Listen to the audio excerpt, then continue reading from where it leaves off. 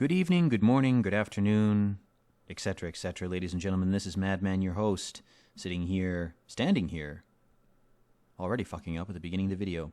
We are standing here in our happy boots, and we are at the crossroads. Not really. It's actually a Y shape.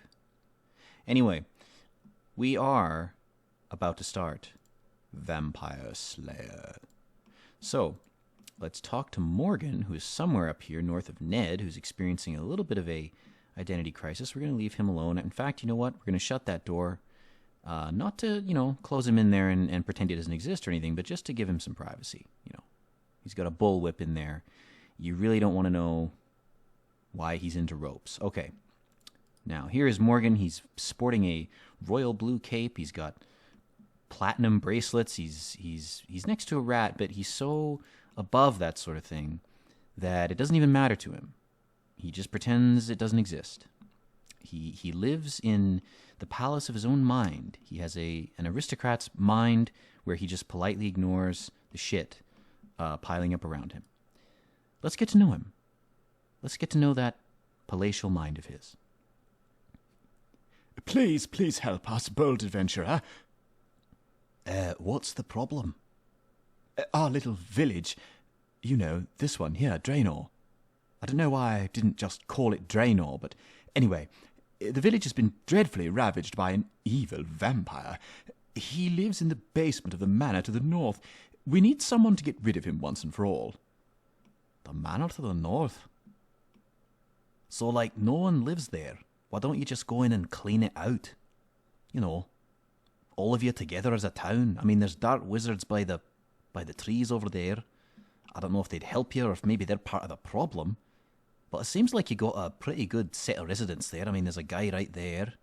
You got a bit of a rat problem, but who doesn't these days? Anyway, my point is you don't seem to be trying very hard to fix these problems yourselves. You seem to be relying on people coming in from outside to either tell you what to do or do it for you. I'm not trying to insult you. I'm just saying it might be good to train yourselves a little bit. Get some self-reliance going. That's all. It's just a tip. Just a tip.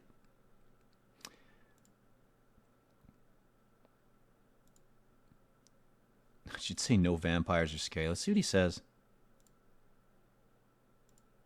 No, vampires, they're scary. I don't blame you for being reticent, but look, we really do need your help. Won't you reconsider? Won't you pad this short quest so the video can be around 15 minutes and will do better for the algorithm?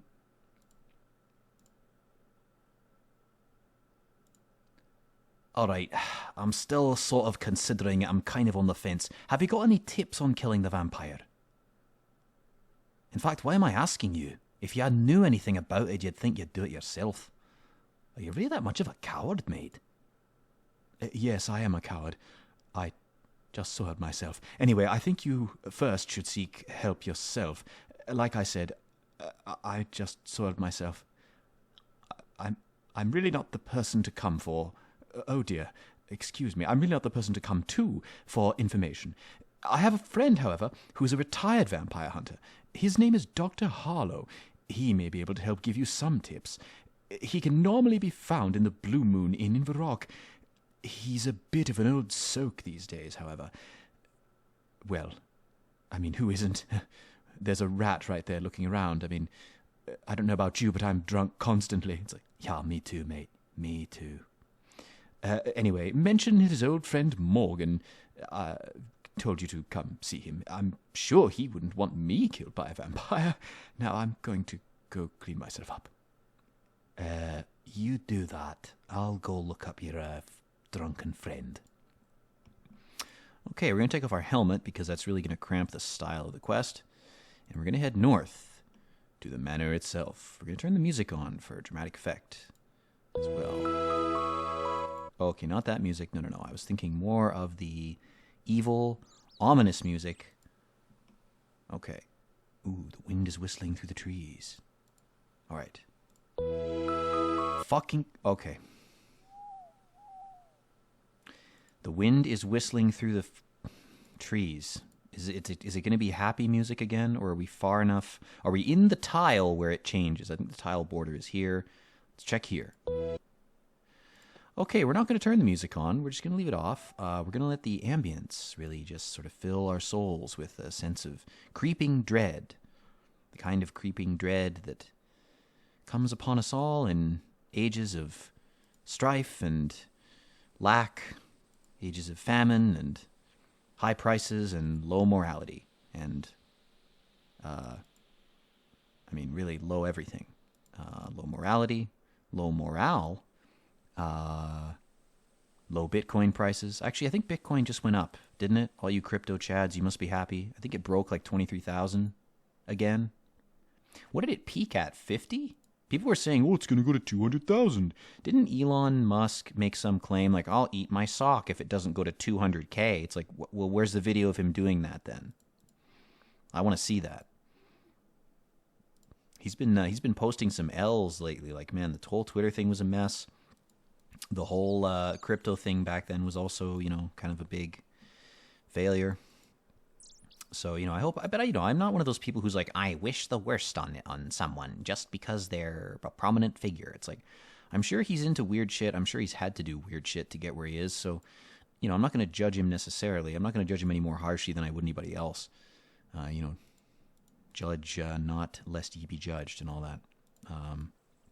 I do believe that phrase, as much as I'm not a particularly religious person. I have some beliefs, but I'm not going to get into those here. I do think that there are certain aphorisms, religious aphorisms, that are more like ancient philosophy, and that a lot of those are true. And sort of the notion of karma and the notion of not judging people, I do think that's true. But I think that it doesn't apply to judging someone in your own head. It's more so like a recommendation, like don't pass judgment on people, like don't punish people. If you just kind of let people alone, they will punish themselves a lot more effectively than you can. Like, people will craft their own punishments throughout their lives, and you really don't have to do anything. If you just sit back and do nothing, most people will punish themselves way more effectively than you could ever punish them. Anything you could come up with will not be as horrible for them as what they will come up for themselves. That's something I've learned. That's a little bit of madman wisdom for the night. All right, there's a guy stumbling around in a blood-soaked apron. I hope that's from some ribs he's had. Let's find out. Let's talk to him. Buy me a drink, please. No, you've clearly had enough, mate. All right, riveting conversation. Let's try again. Buy me a drink, please. Morgan from Draenor, he needs your help. Maybe you can recommend a dry cleaner to him or something. I'm sure he's in need of that, and you clearly are too, my friend. Not just because of that apron. I'm just going to guess you've pissed yourself. At least once. Morgan, you say? Draenor is being terrorised by a vampire. Again, I don't know why they're not just using the name of the village in this quest, but whatever. Morgan told me to ask you how I can stop it, seeing as how he's a filthy coward, no better than the rats in the village. Buy me a beer and then I'll teach you what you need to know. But Morgan needs help. And if I buy you more alcohol, you're just going to become more incoherent than you already are. Meaning that any advice you give me is going to be, the quality's going to go... It's going to take a downward turn, I think, as your blood alcohol goes up. That's just a guess. I'm not a psychic or something, but I can make educated guesses now and then. And they tend to be right if I'm, if I put a little bit of thought into it. Just a little bit. Buy me a drink anyway. Did you ignore everything I just said, mate? Well, I just happen to have an emergency beer on me for just such an occasion. Okay, I guess I'll have to talk to you. Here's your drink. You give a beer to Dr. Harlow. Cheers, matey. So tell me how to kill vampires. Yes. Vampires. I was very good at killing them once. Dr. Harlow appears to sober up slightly, despite the fact that you just gave him more alcohol. Well, you're going to need a steak, otherwise he'll just regenerate. And, yes, vampires are very good at that. And you can cut off any part of them, and believe me, I've cut off every single part. They all regenerate, if you know what I'm saying. I'm referring to the hands. You'd think that they'd be complex to grow back, but it's just like that movie Deadpool when he cuts off his hand and it grows back. Anyway, you must also have a wooden stake to finish it off. I don't mention that it's wood in the dialogue, but generally speaking, it's supposed to be wooden. I don't know why that is. Maybe they don't like tree sap because it's anti-parasitic or something. In any case, I just happen to have one with me. Dr. Heller hands you a wooden stake. You'll need a hammer as well. Or really anything, a rock, a butt of a sword. You could try driving the stake in with your bare hands, but I don't recommend that. It's a big mess, and it's get a bruise on your hand, and it's really not a good idea. One last thing. It's wise to carry garlic with you. I'm just saying that's a general tip. Whether you're encountering vampires or not, garlic is very good. It's good for your blood. It's good for your immune system. It's generally a good thing, you know. I may be a drunken sot, but I am a doctor, you know. Anyway, it also is effective against vampires, since they're basically just parasite-infested husks, really, at the end of the day. They don't even like the smell of the stuff. Morgan always liked garlic. Of course, if you eat too much of it, it gives you an upset stomach. I keep telling him that, and I think he shits himself more often than any normal man should in their life. It's all that turmeric and ginger and garlic he's constantly eating. You can overdo anything, you know, even healthy things. You can overdo it. There's my bit of doctor's advice for you. Well, remember, vampires are dangerous foes. Don't even shake hands with them. I wouldn't even do that. Okay, I got about 5% of that. But I think the fact that you handed me this piece of sharp wood indicates that I'm supposed to use it. And I heard you talk about garlic for a second, so I'm going to go ahead and assume that's a factor. I'm just going to bring some with me. To be honest, mate, I think you need help. You should join a group or something. I mean, look, I've had my struggles in the past, okay? It's not too late. It's not too late, even for you. Well, actually, it might be too late for you, but even so, it's worth a shot, okay? I'll just leave you to your slow death. Okay. All right, so let's go back to Draenor in this riveting odyssey of a quest. I wasn't going to record tonight, to be honest. I wasn't really feeling it, so this episode might suck. So, you know, there's just my episodely, my once per episode neurotic break. My self-deprecating, thinly veiled in self-deprecation. There it is for the episode. We're done. We've gotten through that. We've passed through the veil. We're gonna move on from that. We're gonna head south, back to Draenor. I really am disappointed we couldn't hear that music. I'm guessing it doesn't play until you actually go through the gates of the mansion. The mansion tile. If we check our world map here, you'll notice that the manor is vaguely square. And I'm pretty sure that it's actually pretty much in its own tile, which makes all the events and triggerable actions and shit inside it easier to manage by the game engine, because it's all confined to like a single tile, right? So it makes sense. It makes sense that it's easier to deal with if you put it all on one tile. Although it does seem a bit contrived, guys. Like I gotta say, like, you know, oh, it's just vaguely square. It's a little rough around the edges. It's like, no, it's designed to take up a single tile. Like, I get it. You know, we all get it. That's why it's done that way. Okay, anyway. Whew, all right. Vampire Slayer. This is going to be a joke of a quest. Usually people do this quest at way lower combat. I am, 43. It's mostly from killing cows. And as you'll see from our stats, we're getting pretty close to that sweet 50 crafting that we need for the Amulet of Strength. I'm hoping to get a gold bar from Captain Arnav. It'll be the one time I actually want that reward, because we can't smith gold bars for another 10 levels, but if we get a bar, we can craft it. I don't know why you can heat up a already smithed bar with your crafting skill if you can't even smelt the ore. It would seem like you'd have to be able to do that.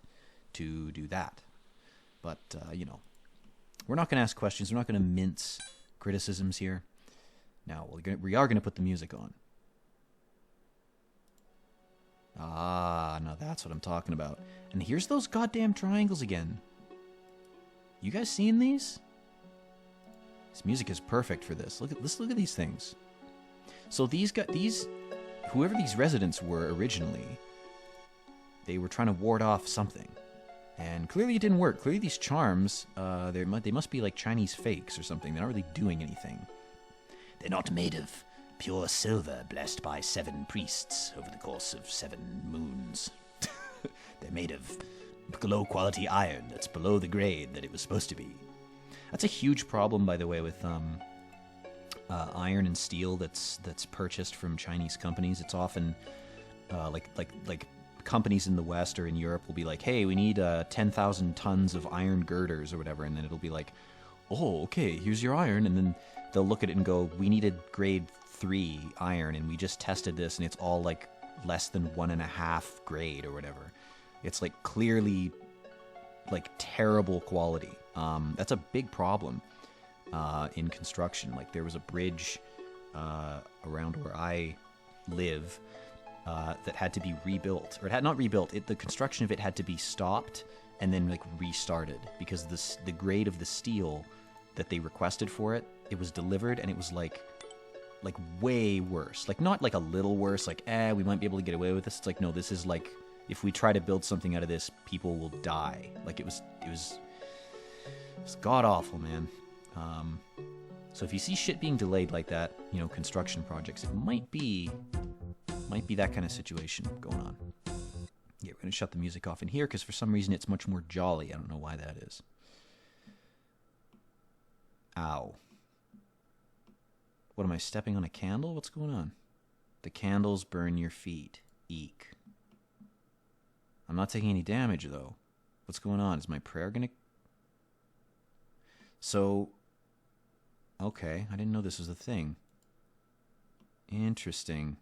It's a funny detail to add. It's like, there's flagrant errors in the dialogue boxes of multiple quests, but they made sure to add the weird dialogue where if you step on these tiles, it doesn't dial your health down at all, but your character makes noises. That is an interesting contradiction there. Let's examine this skeleton. I don't think he's gonna make it. He's like that vaping guy in the Stronghold of Saruman. Okay. Let's quit procrastinating here. Let's open this motherfucker. Let's see what we have to see. Whoa, he's glitching up. A creature of the night. Oh, there's no dialogue with him? Oh, I thought he said something to you. Man, that's anticlimactic. I thought he was gonna be like, get out of my house, you fucking daywalker. You give our people a bad name, you fuck. You're not a vampire. No, I mean white people. You're pasty as all hell. So stop fucking around in our name. Congratulations, you've completed the Vampire Slayer quest. You're awarded 3 quest points, 48 of attack XP, and you have 18 quest points.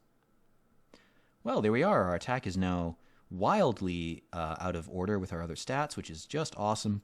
So I'm going to have to train the other stats to 37 now. So, I'm going to come up out of here, and we're going to pause next to the dancing chairs here. And I'm going to say to everyone, thank you again for watching this terrible, boring, shitty content. And I promise you the next quest will be hopefully more interesting. I just said, I promise, and then I said, hopefully. That's just pathetic, man. Even the owls are making fun of me in the fucking game. For real, though, the next quest we're going to do is probably going to be something more interesting. I think I'll do Prince Ali Rescue since I'm sick of paying the gate toll. And then we'll go through the other quests, and we'll leave Shield of Arav until like second last, because that's going to be something I'm going to have to do at a different time, not in the middle of the fucking night, so that hopefully I can get a person to help me with it. I will do my best to do that, and we will get that quest done when we get it done. So anyway, I hope you have a good night. I hope there are no vampires terrorizing your neighborhood, and if there are, do not engage. Real life is not a fantasy game. Run away. Run far, far away. Peace out, guys.